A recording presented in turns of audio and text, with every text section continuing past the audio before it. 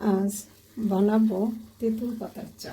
এর কখনো খেয়েছেন কিনা জানি না। তেঁতুল পাতার চা এটা কিন্তু অনেক উপকারী। আমি এখানে পানিটা ফুটছে, এখন আমি এই তেঁতুল পাতাগুলো ভালো করে ধুয়ে রেখে দিয়েছিলাম, এর মধ্যে দিয়ে দিচ্ছি।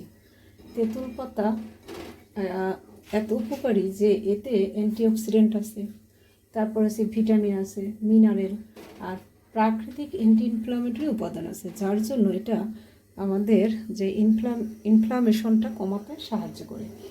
বিশেষ করে আগের দিন আমাদের ছোটোবেলায়ও মা যখন সর্দি হলে এরকম তেঁতুল পাতার চা খাওয়াতেন। তো তেঁতুল পাতার চা খেলে যে সর্দি, কাশি, গা ব্যথা, গলা ব্যথা এটা কমাতেও সাহায্য করে। আমি একটু ফুটে উঠলে তারপর এটা ঢেকে রাখবো।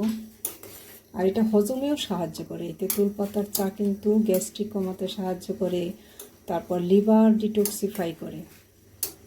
এর অনেক অনেক ভেষজ গুণ আছে। আর যে কোনো পাতা দিয়ে চা মানে ডিককশন, এটা কিন্তু আমাদের শরীরের জন্য অনেক উপকারী, অস্থিমজ্জা তৈরি করে। এই ডিককশন যাদের শরীর ব্যথা, মানে পায়ের জয়েন্টে ব্যথা, তারা কিন্তু এই তেঁতুল পাতার চা খেতে পারেন। এবং যে কোনো পাতার চা থেকে তার যে মানে গুণাগুণ এটা পাওয়ার জন্য এক নাগারে 7 দিন খেলে ভালো।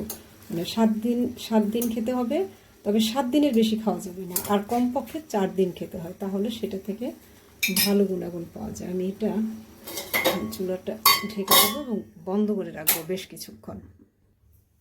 দেখি এবার আমি এটা ছেঁকে নেব।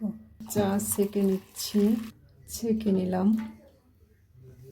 এর সাথে একটুখানি পিঙ্ক সল্ট দিই, এটা টক স্বাদযুক্ত, খেতেও বেশ ভালো লাগবে।